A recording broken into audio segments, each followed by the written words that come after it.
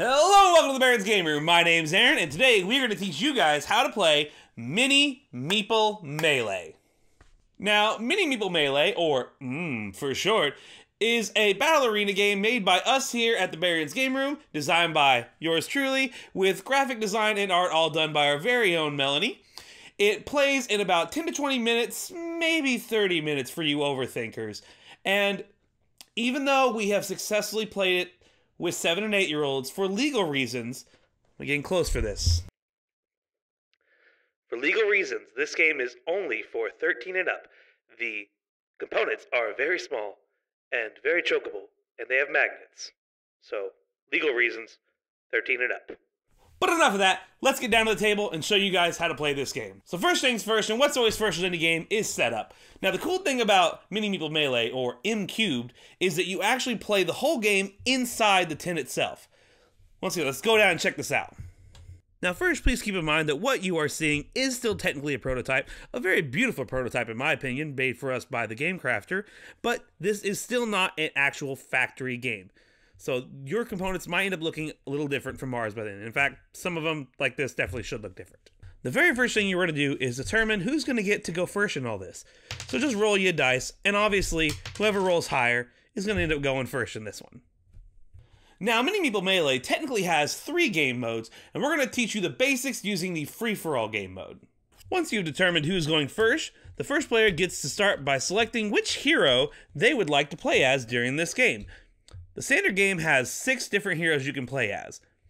Now usually, the last player is the one we give the most control on setting up the arena, like we already have an example one set up for you now.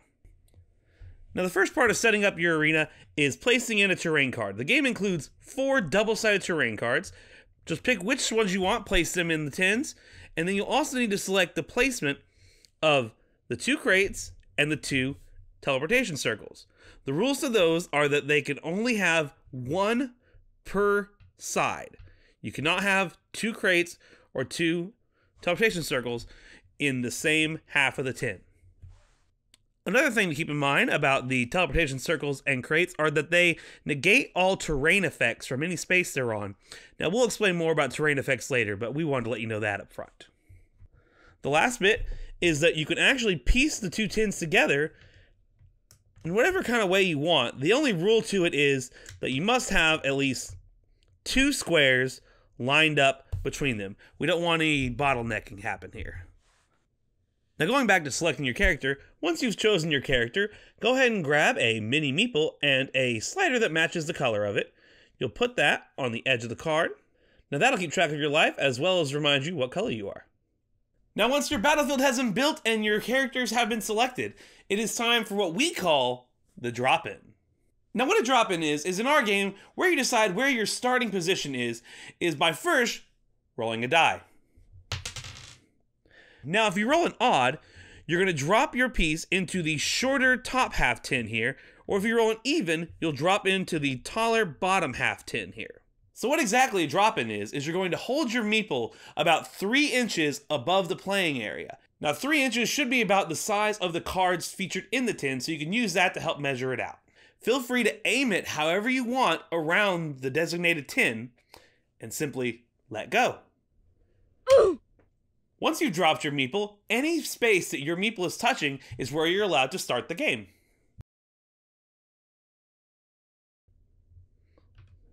After every player is dropped in, it's time to start the melee. So, on your turn in Mini Meeple Melee, you can do up to 2 actions per turn. Now we've included a couple of action reference cards for you guys, so you can have a quick reference for what all these actions are at any given time, but we're going to step through these real quick. So the first action we're going to talk about is movement. Anytime you use the movement action, you can move your meeple up to 2 spaces. They don't have to be in the same direction, and they can't be diagonal unless you have an ability that says otherwise. Now while we're talking about movement, I also want to talk about water spaces. Now you'll see from our board here that some spaces have icons on them, like the tree here, or these waves here. This is a water space. Anytime you are moving your meeple from a water space, it counts as moving 2 spaces. So for example, moving this red one here counts as moving 2 spaces, even though I've only moved 1. Now, moving into water from any other space is totally normal. It's only when you're moving from a water space. A couple more things for movement are moving over the wall to the opposite side and moving on a crate. When moving from one tin to another, the wall counts as a space, so 1, 2. Moving on top of a crate also counts as 2. The next action we're going to talk about is using a skill. Each hero has at least 2 skills that are usually attacks. Now, one of the first things you'll want to look at before selecting a skill is whether you're using a melee attack or a ranged attack. Now, melee attacks can only be used against a target that is directly adjacent to your piece. And what that means in our game is directly up, down, left, or right of your piece. No diagonals. Ranged, however, is counted just like movement, but farther. So when using the wizard's fireball here with a range of 5, you would count your range like this. 1, 2, 3, 4, 5. Basically, with this method, someone being diagonal to you would be 2 spaces away. 1, 2. Now, when targeting someone in the other 10, you have to include the wall as 1 space. So for this, it would be 1, 2, 3, 4, 5. Still in range, but just barely. And obviously, this one goes way over. So you know how to pick your skill, and you know how to pick your target. So let's talk about combat. Now, combat in Mini Meeple Melee is pretty quick and pretty simple. All you do is have both players roll a dice, add any modifiers given to them by their skills or possibly their abilities or terrain, and then highest roll wins. Let's show an example. So let's say our wizard here is going to throw a fireball at the rogue over here. Both players will roll a die, then add any modifiers. The fireball says make a +2 attack, which means it'll add 2 to whatever the wizard rolls. The rogue has the ability Slippery, which means that he gets to add 2 to his ranged defense rolls.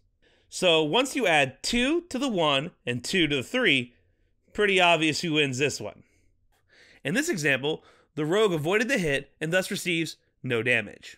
But after we give our wizard a little help here, and a much more successful roll, in this situation, the rogue is hit and takes 1 damage. All attacks deal 1 damage unless something says otherwise. Obviously, if your life ever hits 0, you're out of the game.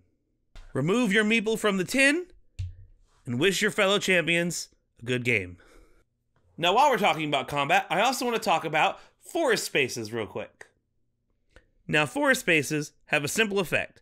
They simply add +1 to your ranged defense rolls. So if you're defending against a ranged attack, add 1 to whatever you roll. And that should pretty much cover skills in combat. So the next thing we're going to talk about is resting. Now, a rest is kind of like a pass in this game. The most important thing about it is that it takes 2 actions to use. So most of the time, if you choose to rest, that'll be your only action for the turn. When you choose to rest, you'll grab one of these +1 tokens. And what that means is on your next turn, you'll have 1 extra action to use. So on your next turn, you can actually do 3 actions instead of just 2. Now we're halfway through the actions at this point, and these 3 remaining actions all have to do with some kind of interacting with the battlefield. The first one we're talking about is actually one of our favorite mechanics for this game, taking cover. Taking cover is an action that can only be performed if your Meeple is standing next to a crate or what we call the wall. In our game, we tried to incorporate the tin into the game itself, not just in housing your arena, but also where your 2 tins come together. This is what we refer to as the wall. So the archer here could take cover because it's directly adjacent to the wall. What taking cover means is you're going to grab one of these little X tokens, which just means you're taking cover. When taking cover next to the wall, you cannot be the target of any attacks from any Meeple on the opposite side of the wall. So no one on this side could attack the archer as long as they're taking cover. But the moment they perform any other action, they are no longer taking cover. Now, like I said, you can also take cover when standing adjacent to a crate. It works similar to the wall, but not quite as safe. So in taking cover behind the crate, you are protected from anyone in the lane on the opposite side. But you're also protected from anyone in either lane on the left or right of it as well. So anyone in this lane, or this lane. You are not safe from anyone standing on the crate, or from anyone standing far enough off to the side that they are no longer in those 3 protected lanes. I really hope taking cover fully makes sense to you guys. If it's a little confusing, don't worry, there is a diagram in the rulebook. Now we're moving on to what we call push-pull. To use the push-pull action, you need to be standing adjacent to a crate. So when using the push-pull action, you'll move yourself and the crate 1 space in the same direction. Keep in mind that crates nullify any terrain effects from the space they're on. Also, just to be clear, you don't have to necessarily move in the direction you're facing. And the last thing to clarify is that if you are standing in water, you can't perform the push-pull action because you can only move 1 space, and moving from water counts as 2. So you'll need to get on some dry land before you drag that crate around. Now this should be obvious, but we'll say it anyways. You cannot move the crate onto an occupied space, you cannot move the crate onto the teleportation circle space, and you cannot move the crate if someone is standing on it. Alright, and the last skill we have to go over is teleporting. Now, to teleport, first part is you must be standing on a teleportation circle. Now, the teleportation circle is just like any other space. It has no special abilities other than teleport, and there's no special rules for moving onto it. When you use the teleport action, simply move your Meeple from the space it's on to the other teleportation circle. Just pick them up and place them over here. Now, there could possibly be someone already standing on the other circle.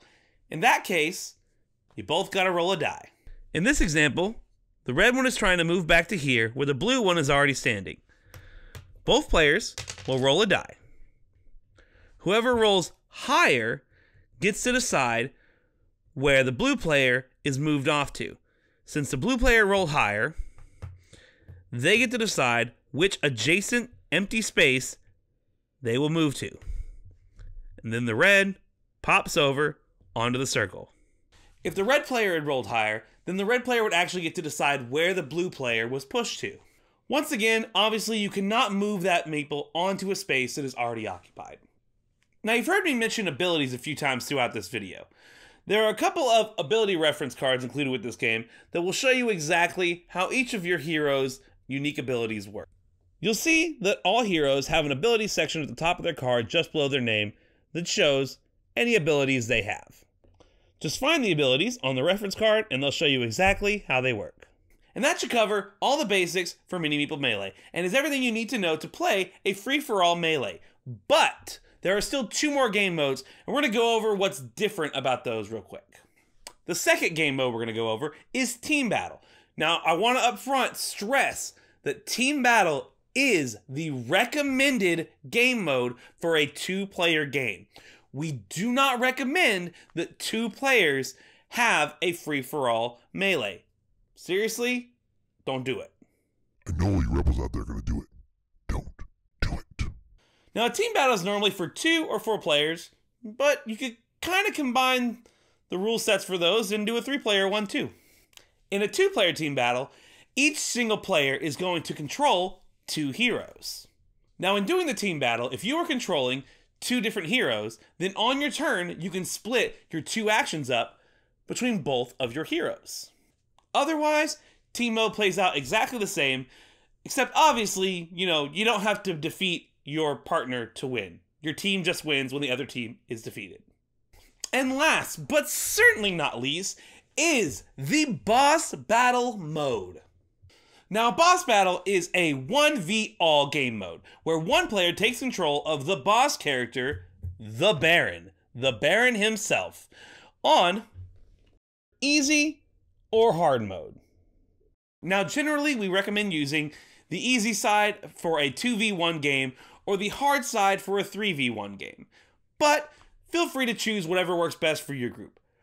We've also got a few optional rules you can use to sort of scale the Baron's difficulty up or down a little more from whichever side you choose. Once again, the only real change to this game is simply the 1v all. Otherwise, it plays out just like everything you've already watched. And that is it, everyone. That is everything you need to know to play any mode any version of Mini Meeple Melee. M-cubed, whatever you want to call it.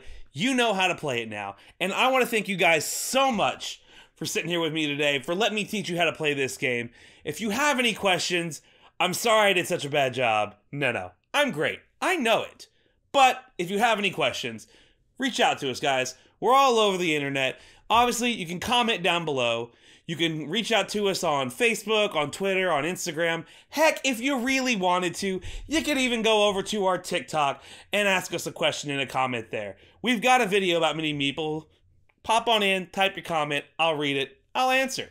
But that's enough of me pushing the social media.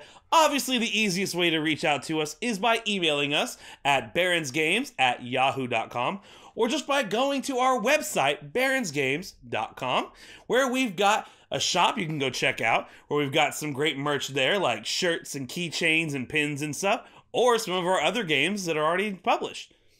And, of course, you can subscribe to our newsletter there as well, where we will not spam you, I promise. Just let you know when we have more cool stuff coming out or when we're going to be at a great con. Anyways, guys, thanks for watching. See you next time.